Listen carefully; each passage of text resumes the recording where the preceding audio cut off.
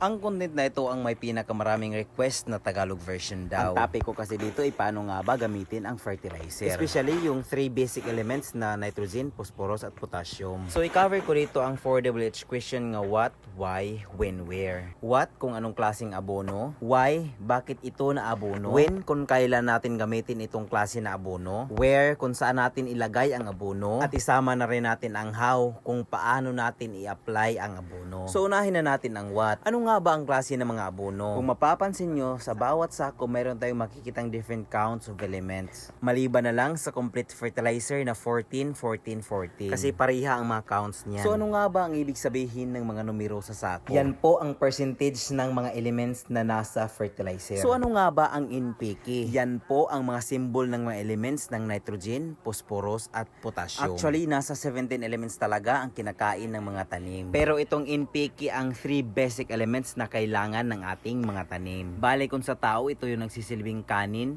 ulam at tubig. Kung meron itong tatlong elements na to ay kaya na nating mapalago ang ating mga pananim. So ano naman ang ibig sabihin ng mga numbers na nasa NPK? So ngayon unahin muna natin ang 14, 14, 14 or complete fertilizer. Ang mga numbers na 14, 14, 14 ay yan ang percentage ng element na nasa fertilizer. Kumbaga 14% ng nitrogen, 14% ng phosphorus at 14% ng potassium. Kumbaga, sa isang kilo ng fertilizer ay 14% yan ay nitrogen, 14% ay phosphorus at 14% din ay potassium. At meron din po tayo makita sa sako ng fertilizer na 46-0-0 o mas kilala sa tawag na urea na mas madalas mapagkamalan or tawagin na asin. Ang ibig naman sabihin yan ay 46% ng nitrogen, 0% ng phosphorus at 0% ng potassium. Bali, concentrated lang talaga ito sa nitrogen. Same way naman dito sa 0-20-0.